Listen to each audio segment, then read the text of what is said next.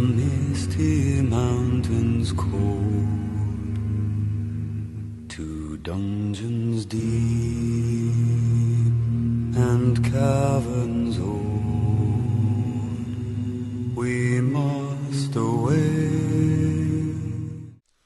Bonjour à tous, c'est ici Cléasim, on se retrouve pour ce 6e épisode avec moi sur cette série relais du Danemark, donc qui a été commencée, je rappelle, par Xalorian, et j'ai repris depuis le flambeau avec notre roi, le roi Johan de Danemark. Et on va commencer cet épisode déjà par une petite larme, puisque certains d'entre vous l'auront peut-être remarqué dans le précédent épisode, mais moi je vais les remarquer que durant l'inter-épisode. Ma fille Dagmar est décédée à l'âge de 12 ans du fait qu'elle était consanguine. Donc on va pouvoir verser une petite larme, poser son corps au milieu d'un drakkar et bien sûr mettre le feu à ce dernier pour qu'elle puisse rejoindre les dieux. Ouais, non, allez, je rigole. Nous sommes catholiques quand même, hein, donc elle va aller au cimetière avec les autres et nous on va aller faire un petit festin, hein. Qu'est-ce que vous en dites? Bon, restons quand même tristes, c'est ma fille, voyons. Ne soyons pas un mauvais père. Donc, ce petit moment de joie, de tristesse étant passé, on va revenir un petit peu à notre partie et on va essayer toujours de créer des revendications pour pouvoir attaquer le duché de Grande-Pologne et pourquoi pas par la suite attaquer aussi la Poméranie et peut-être aussi le comté de Slupsk. Pour pouvoir justement récupérer encore un peu plus de territoire, ce qui pourrait être plutôt pas mal. Allez hop, on efface les traces, hein, comme on dit, elle est décédée, c'est pas très grave, on a un héritier, donc tout va bien. Pourquoi s'inquiéter de ce genre de choses? Voyons. C'est pas très important tout ça. C'est qu'une fille après tout. Bien sûr, je tiens à préciser quand même auprès de la gente féminine qui regarde mes vidéos que ceci est bien sûr à prendre au second degré. Ce n'est qu'un personnage que je joue, surtout sur Crusader Kings 2 où vous me verrez très souvent tuer des enfants, faire des choses pas très catholiques, et cela c'est le cas de le dire, à mes adversaires, donc ne vous inquiétez pas, ça pourrait être tout à fait normal. Voilà.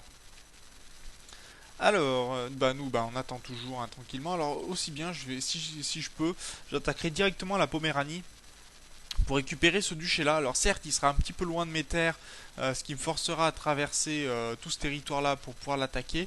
Mais au moins, j'aurai un grand duché supplémentaire, ce qui me donnera de la puissance supplémentaire. D'ailleurs, je rappelle, dans le précédent épisode, nous sommes passés en autorité royale faible. Donc il va falloir faire un petit peu attention pour s'assurer que nos vassaux votent bien pour nous, pour que notre successeur soit bien notre fils, Xalorian de Danemark. Pour l'instant, il est plutôt humble et timide, ça c'est pas ce qu'il y a de mieux, mais on voit que c'est déjà un très bon guerrier, et ça peut être plutôt intéressant. On a des revendications toujours sur le comté de Urgel, mais ça nous intéresse pas. On part en guerre régulièrement avec le Kaiser. Donc là aussi, tout va très bien. Par contre, ça se passe pas très bien pour ce fameux duc qui risque de se faire renverser par les paysans. Et si c'est le cas, nous, on pourrait tout à fait attaquer. À Sealand, deux familles de paysans s'opposent dans une querelle qui dure depuis des générations. Ce conflit a pris une telle ampleur que le sujet est régulièrement évoqué au sein de la noblesse. Même si en temps normal cette querelle vous indiffère, vous allez plutôt vous en mêler. Donc, ça c'est le texte en français malheureusement. Le texte en anglais rentre dans la fenêtre, le texte en français beaucoup moins. Mais bon, heureusement, je connais un petit peu la suite. Donc on va plutôt mettre un terme à la chamaillerie, c'est l'occasion pour nous d'augmenter notre diplomatie. Donc on monte comme ça, et normalement ensuite c'est plutôt les flatter qu'il faut faire. Donc vous avez invité les deux familles dans une auberge locale dans l'espoir de parvenir à un arrangement. Vous siégez en bout de table et les membres de famille sont répartis de chaque côté. Certains ont apporté une fourche, un autre se cramponne à un... alors j'arrive pas à savoir vraiment ce que c'est, mais enfin c'est certainement une autre arme. Donc on va plutôt les flatter d'abord, plutôt que les faire entendre raison. Mes amis, dites-vous avec un charmant sourire, je pense que vous savez pourquoi j'ai réuni vos brillantes familles en ces lieux. Si vous souffrez de ce triste conflit, sachez que le royaume entier souffre avec vous. Donc on mentionne leur devoir patriotique ou on apaise leur colère. On va plutôt essayer d'apaiser leur colère, ça serait peut-être bien mieux. D'une voix ferme mais calme, vous dites: beaucoup d'entre vous sont fâchés, je le sais, et vous avez toutes les raisons de l'être. Trop de sang a coulé dans vos familles pour que les choses s'arrangent en un clin d'œil. Mais l'heure est venue de regarder droit devant vous. Donc les menacer de violence ou réprimander leur caractère, leur attitude infantile, moi je choisis plutôt la seconde. Et vous frappez la table du poing pour un effet dramatique. Ne sommes-nous pas des adultes? C'est tellement plus simple d'avoir recours à des chamailleries infantines, que l'on soit seigneur ou roturier, mais nous devons puiser dans notre force intérieure pour, bien sûr, aller au-devant de nos conflits. Les paysans se lèvent à l'unisson. Et bien sûr, là on réussit, donc c'est vraiment ce combo-là qu'il faut faire. Même si vous doutez que vos invités aient compris la moitié de vos propos, il semble que votre message ait été entendu. Les paysans lancent une salve d'applaudissements. Des membres émus et en pleurs des deux familles se prennent dans les bras et deux mariages seront décidés plus tard pour sceller, bien sûr, la paix entre les deux familles. Donc ça c'est mieux passé que prévu. On gagne 2 en diplomatie et c'est très bien. Donc il reste plus que 2 pour passer à 8 et ça sera plutôt pas mal. Nous on va surveiller tranquillement ce qui se passe de ce côté-ci, hein. Il se fait bien sûr looter, donc ça va se passer pas très bien pour lui. On a un taux de renfort des troupes, donc tout va bien. Est-ce qu'on arrive quand même à avoir un chancelier bien meilleur? Non, il veut devenir maréchal malheureusement. On gagne en technologie, ça c'est très bien. Coutume noble. Je vais monter d'abord les coutumes nobles avant le légalisme, même si on a besoin de monter en autorité royale forte, c'est que ça peut attendre parce que pour l'instant il faut déjà passer en moyen avant de passer en autorité royale forte. Donc on a un petit peu de temps devant nous, on va pouvoir monter les donjons améliorés. Et j'avais dit aussi dans le précédent épisode qu'on monterait nos villages, donc on va le faire. Ce serait plutôt intéressant pour nous d'avoir... tiens, ma femme est à nouveau enceinte. Monter nos camps de miliciens. Si on le fait 3 fois... non, on sera que 2 fois. Plus un pourcentage plus élevé. Voilà, ça sera plutôt pas mal. Alors, je privilégie d'abord les armées avant les revenus. Parce que pour l'instant, nos vassaux nous donnent les revenus dont on a besoin. On n'a pas besoin de monter ça plus que nécessaire. Donc, et puis on a quand même pas mal d'argent. Donc autant en profiter. Est-ce que... oui, il faudrait peut-être monter aussi la construction pour faire que nos constructions aillent un petit peu plus vite. Mais pour l'instant, ça n'est pas le cas. Alors... La paix ici. Pour l'instant, il dirige ses armées. Il n'a pas d'alliés de haut rang. Donc ça, c'est plutôt une bonne nouvelle aussi. Et la paix, c'est pas avant... La guerre pas avant 1616. Et ici, pour l'instant, 1336. Ah, normalement, il devrait pas pouvoir siéger le territoire, hein. Il peut juste lui poser des problèmes. Ce qui est déjà pas mal, vous me direz. Mais là, j'aimerais bien avoir des petites revendications.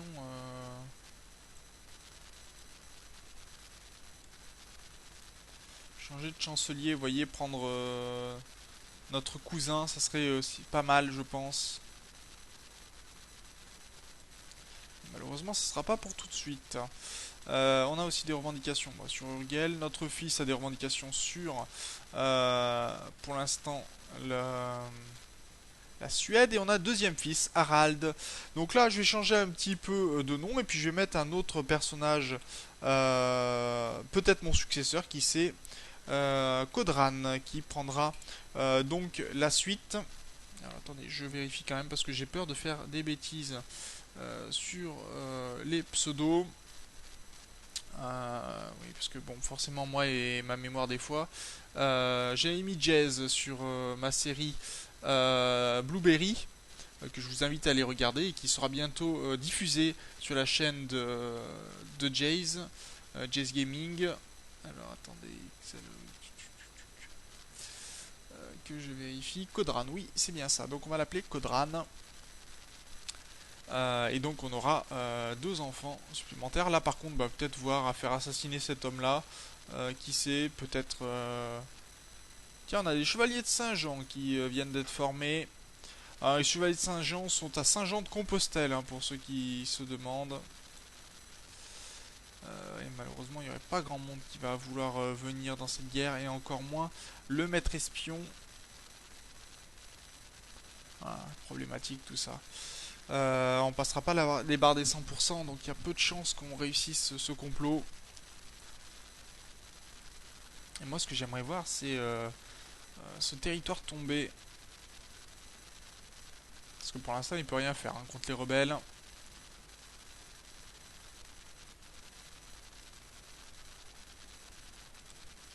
Et on n'a aucune revendication. Bon, on est en train d'être malade, ce qui n'est pas une bonne nouvelle. J'espère qu'on va tenir quand même. Pourquoi tu aurais été maréchal à 5 de compétences? C'est exécrable. Des fois, faut pas chercher. Hein.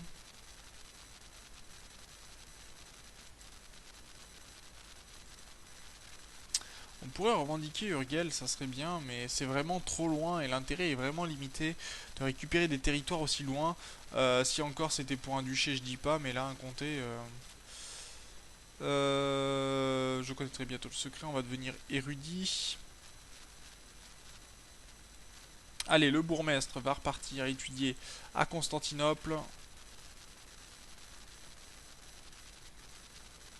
J'aurais peut-être pas dû prendre érudit. Quoique ça donne plus 3 de...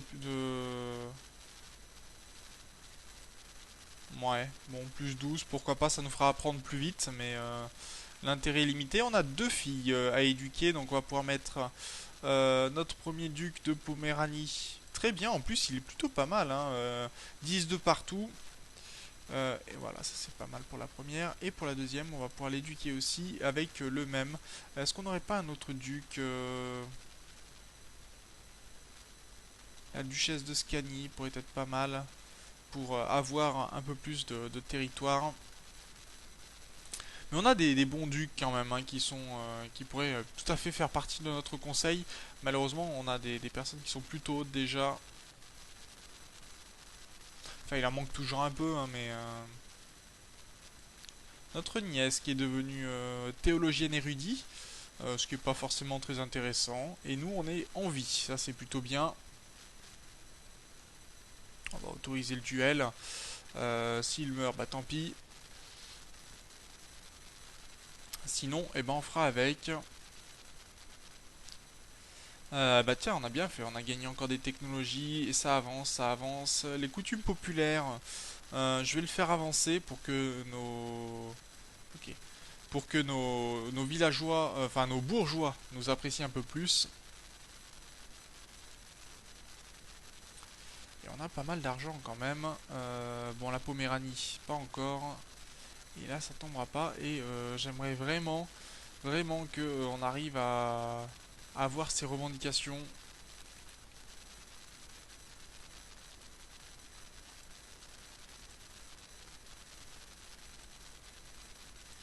Allez, on va essayer de faire assassiner. Bon, ça a changé de duché, très bien.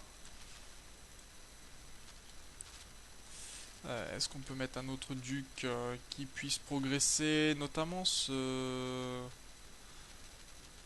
Ouais, mais 19, c'est l'intérêt est limité en fait.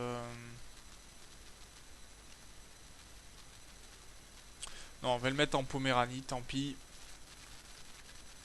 Ça sera très bien. Les deux sœurs seront ensemble. Parce que gagner juste 20 quand il est à 19, l'intérêt est limité. Vous gagnez pas beaucoup d'armée au final. Donc l'intérêt est vraiment, vraiment moindre que si c'est quelqu'un qui est proche des 100%, où là vous êtes à peu près sûr qu'il vous donne toutes ses armées.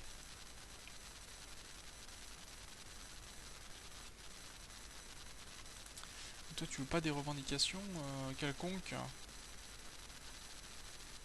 Ah, on va réussir à tuer certainement le comte de Poznan, ce qui pourrait nous permettre dans ces cas-là, donc quelle absurde demande, de faire que justement ça soit une fille qui bon, on va rater, dommage, mais sinon il y aurait eu plusieurs filles et donc là ça aurait facilité, pardon, la possibilité d'avoir une revendication. Déjà là, elle est pas très haute, hein, notre capacité, 8%, c'est pas beaucoup, mais bon, c'est quasiment une chance sur 10, un peu moins.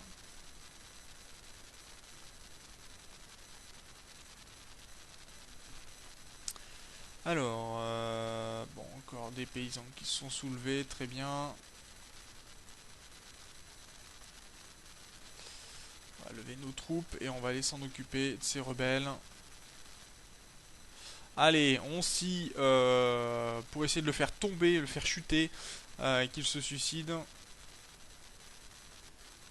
Enfin, qu'il se suicide. Voilà, c'est l'idée. Ah, un accident tragique pour le moins. Donc vous allez me voir très souvent, moi, faire des complots pour tuer les gens. Pourquoi? Qu'est-ce qui se passe? Ah, j'ai perdu mon chancelier. Ouh, 14, et quelqu'un qui veut devenir intendant. C'est dommage, mais en tout cas, il va pouvoir fabriquer les revendications que je lui demande. Et ça m'intéresse.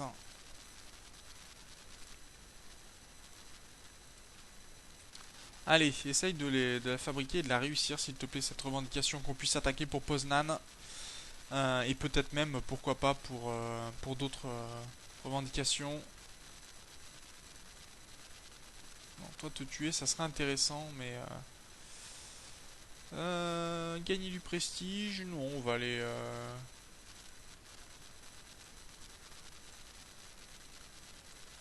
y a pas d'intérêt vraiment à faire des meurtres pour le moment.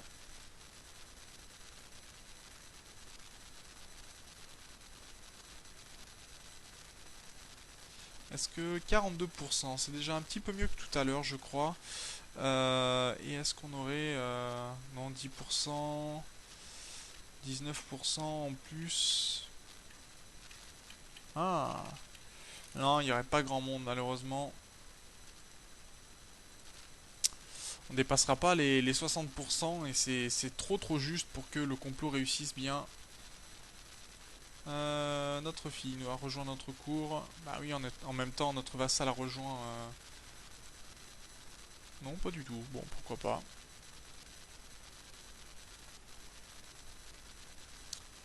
Allez, est-ce que cette revendication veut bien tomber, s'il vous plaît?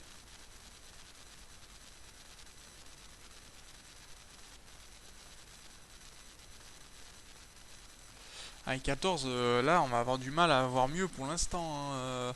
Surtout qu'il est très bon, hein, 14-9, quasiment tout est à 10 et plus. Un très bon nombre insaisissable, ça pourrait faire un très bon maître espion. Mais malheureusement, ça suffira pas pour l'instant. J'ai pas beaucoup de chance, moi, sur ces séries pour les revendications, apparemment. Enfin, pour le moment, en tout cas. J'arrive à faire des mariages plutôt avantageux, mais après, ça reste limité. Et on approche doucement de 1616, donc là, on va pouvoir attaquer à nouveau la Poméranie. Pour s'étendre le long de la mer Baltique. Et essayer de convertir un petit peu, récupérer peut-être la Lituanie avant de pouvoir essayer de peut-être foncer sur la Pologne pour prendre encore des terres. Mais c'est pas évident.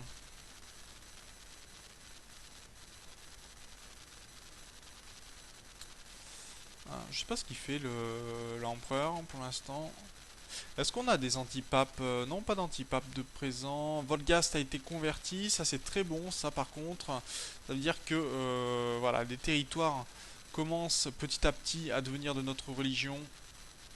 Et au moins, on va pouvoir petit à petit faire en sorte que tout se passe mieux pour nous. Là déjà, quand les taux de renfort de troupes vont s'arrêter, là bon, c'est pas avant 1121, mais quand ça sera fait, ça sera plutôt pas mal.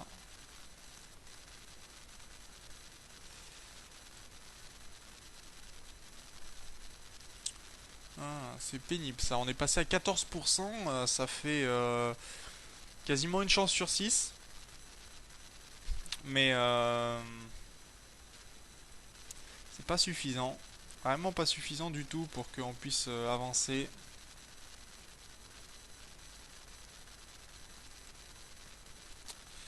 On va monter peut-être un peu nos troupes, les passer en l'infanterie légère et l'infanterie lourde, ça serait très bien pour les combats. Mais je dois dire que le matériel de siège m'intéresse beaucoup aussi, mais il est très loin pour l'instant, hein. Vraiment très loin. On va pouvoir commencer à arrêter d'essayer de former des troupes et de plus en plus passer sur la recherche des technologies militaires. Mais il faut gagner encore un peu de territoire pour ça, pour qu'on puisse après maximiser. Alors, ma nièce avec l'héritier du prince de Suède, pourquoi pas. Ça va encore lier nos familles.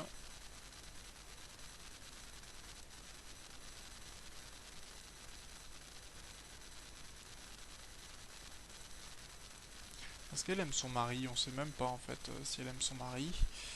Euh...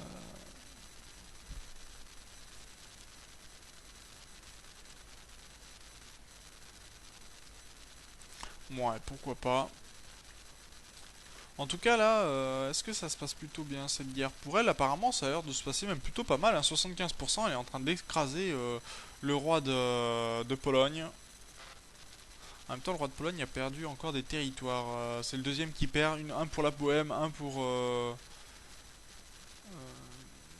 non, tu récupéreras pas le duché de Jutland. C'est mon territoire. Ouh, elle a été blessée apparemment. Quelqu'un essaye de faire un complot pour la faire assassiner. Allez, essaye de sortir une revendication. Même sur le duché, moi ça me conviendrait parfaitement, hein, de récupérer l'ensemble du duché. Très sincèrement. Et on va donc s'arrêter là pour cet épisode encore très calme, où on aura, surtout on attend en fait une revendication qui pour l'instant ne veut pas venir, mais on y arrivera très certainement.